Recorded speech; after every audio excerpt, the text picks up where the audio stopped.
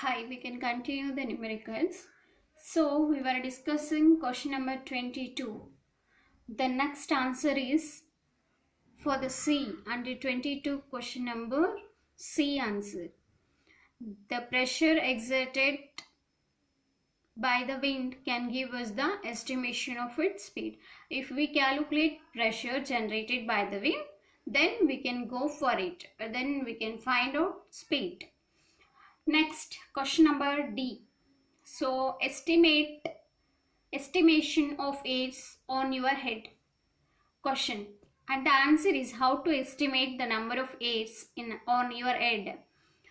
First, number of hairs present on per centimeter square. We have to find out. After that, we can estimate the total number of hairs on our head, because we can estimate the area of our head, complete area of head. If you know, first you have to calculate the number of hairs present for 1 centimeter square area. Then we can know the area of our head, then we can multiply it, right? So that we can calculate number of hairs present on our head.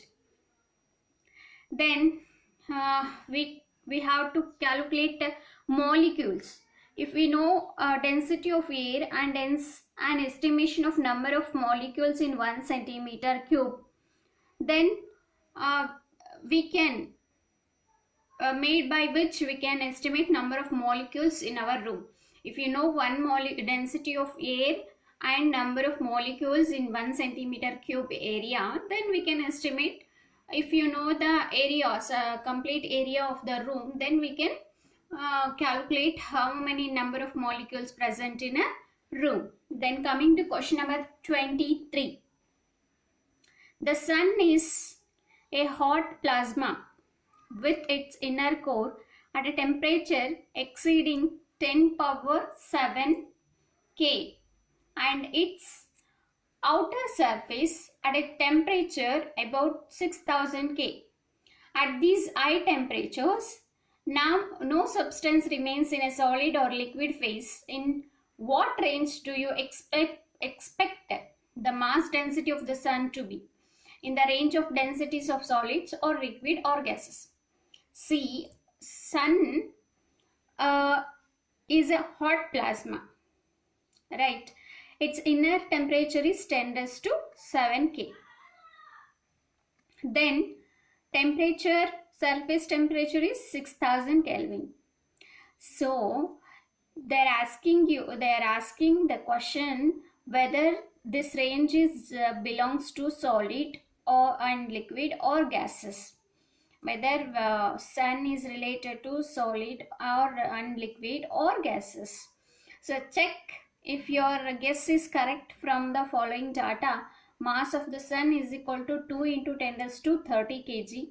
Radius is 7 into 10⁸ meter. So we know volume, we have to calculate. We know the formula for volume, that is volume of a sun 4/3 pi r cube. It's a sphere, right? So mass as given 2 into 10⁻30 kg. Radius of the sun is given 7 into 10⁸ meter. Then 4/3 into 3.14 pi value into r value 7 into 10⁸ whole cube. If you multiply this, you'll get 1.437 into 10⁻27 meter cube. But density is equal to mass by volume. So density is equal to mass is 2 into 10⁻30 by this value, volume 1.437 into 10⁻27. It comes out to be 1391.8 kg per meter cube or 1.4 into 10⁻3. So 10⁻3, which is 1000 kg per meter cube, nearly 1000 meter per kg per meter cube, means it is related to solid state. So we can estimate that sun is, we can consider either this density is nearly for the densities of solid and liquids. It is not a gas. Coming to the next question, when the planet Jupiter is at a distance of 8 to 4.7 million kilometers from the Earth, 8.247 824.7 million. Okay, its angular diameter is measured to be 35.72 seconds of arc. Calculate the diameter of the Jupiter. Theta is given 35.72 seconds. So here in terms of radians you have to calculate. So pi by 180 into 60 into 60. If you do so, complete you'll get 1.73 into 10 raised to minus 4 radians. Because theta value it is in angle, we must convert it for radians. Then diameter is given. Diameter is, we have to calculate diameter. So you know that parallax method, that is theta is equal to b by d. So here d we have to calculate. So d is outside, theta into d here. 1.73 into 10 raised to minus 4 into d value is 824.7 into 10 raised to 9. It is given in the question, 824.7 million kilometers, right? Then if you multiply all these value, you will get 1.43 into 10 raised to 8 meter. Coming to next question. A man walking briskly in rain with a speed v must slant his umbrella forward, making an angle with the vertical. A student derives the following relations between theta and v. Tan theta is equal to v and checks that the relation has a correct limit. As v tends to 0, theta tends to 0 as expected. We are assuming there is no strong wind and the rain falls vertically for a stationary man. Do you think this relation can be correct? If not, guess the correct relation. See, tan theta is equal to v. This is the equations derived by the student. He checks it, it is correct. Then after, v value comes to 0 and theta also tends to 0. Then what about the equation, whether it is correct or we have to do any alterations in this formula? We have to check it. Now dimensions of LHS is equal to dimensions of RHS according to principle of homogeneity of dimensional equation. Now V is equal to tan theta. V is meter per second. So L1 t power minus 1 is equal to tan theta is a function, so it is dimensionless, which is incorrect, right? So here meter per second is there, here dimensionless is there. Both the sides it must be dimensionless, then we can say this equation is correct.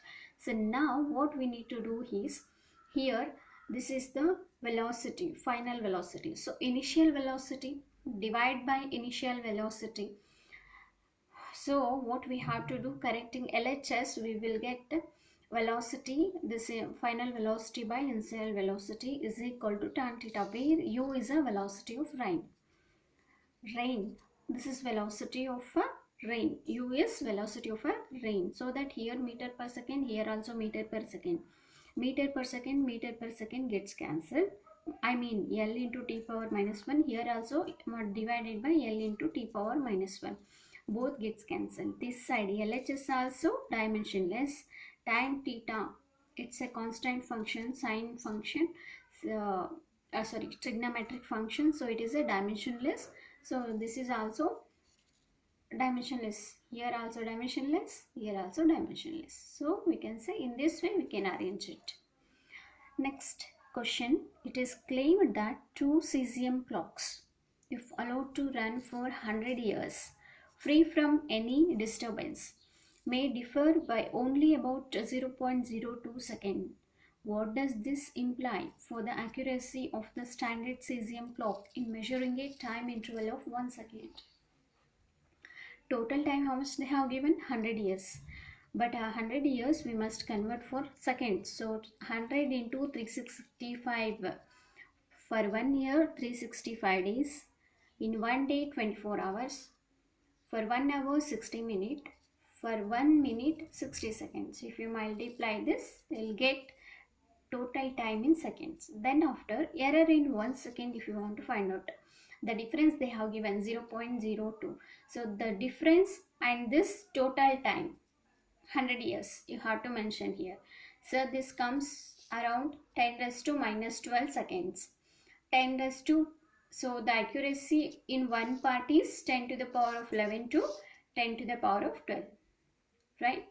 Next question, estimate the average mass density of a sodium atom assuming its size to the about 2.5 angstrom. Use the known value of Avogadro's number and the atomic mass of sodium. Compare it with the density of sodium in its crystalline phase, 970 kg per meter cube. Are the two densities of the same order of magnitude? If so, why?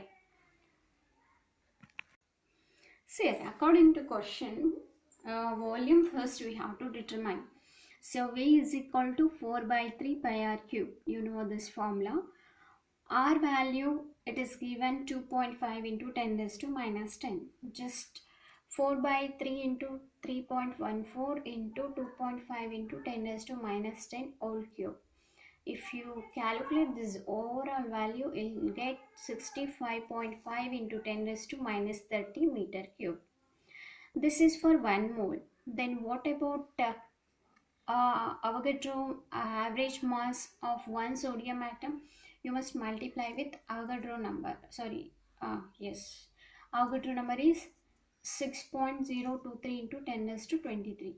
Now, this 1 mole is 23 into 10 raised to minus 3 by 6.023 into 10 raised to minus 10 raised to plus 23. If you calculate the ratio of these two, you'll get 3.82 into 10 raised to minus 26 kg. Then density is equal to mass by volume. Mass is how much? 3.82 into 10 raised to minus 26. Volume is how much? We calculated 65.5 into 10 raised to minus 30. If you divide these two values, you'll get 600 kg per meter cube. Both the densities are of the order of 10 to the power of 3. That the atoms are very tightly packed. They belong to solid phase. If it is in the range of 10 to the power of 3, then that belongs to solid phase. Next question. The unit of length convenient on the nuclear scale is 1 Fermi. 1 Fermi value is 10 raised to minus 15 meter. This Fermi comes when we are studying about nuclei. In that nuclei, this Fermi is the force which acts in between the nucleus, which holds the proton and the neutrons together in the inside of the nucleus. So 1 Fermi is equal to 10 to the power of minus 15 meter. Nuclear sizes obey roughly the following empirical formula. So nuclear size is based on this equation. R is equal to R naught A power 1 by 3. R is the radius, A is the mass number, R naught is the constant, which is equal to 1.2 Fermi. Show that the rule implies that nuclear mass density is nearly constant for different nuclei. Estimate the mass density of the sodium nucleus. Compare it with the average mass density of a sodium atom obtained in 2.20. Mass number given here 1.66 into 10 raised to minus 27 A times kg. Radius is equal to, we have the equation R naught A power 1 by 3. R naught value we know 1.2 Fermi. So 1.2 into 10 raised to minus 15 Fermi. If you convert for meter, 1.2 into 10 to the power of minus 15 meter. A as it is, A to the power of 1 by 3 as it is. Then volume is equal to 4 by 3 pi r cube.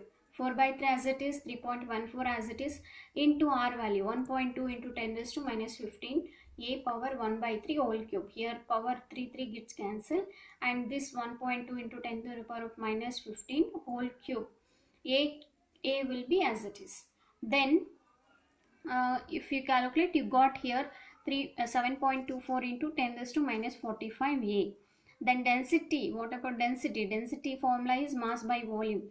Mass here they have given 1.66 into 10 to the power of minus 27 A divided by volume. We got 7.24 into 10 raised to minus 45 into A. A gets cancelled. If you divide these two equations, you'll get 2.29 into 10 raised to 17 kg per meter cube. Then nuclear density is typically 10 to the power of 15 times atomic density of a matter.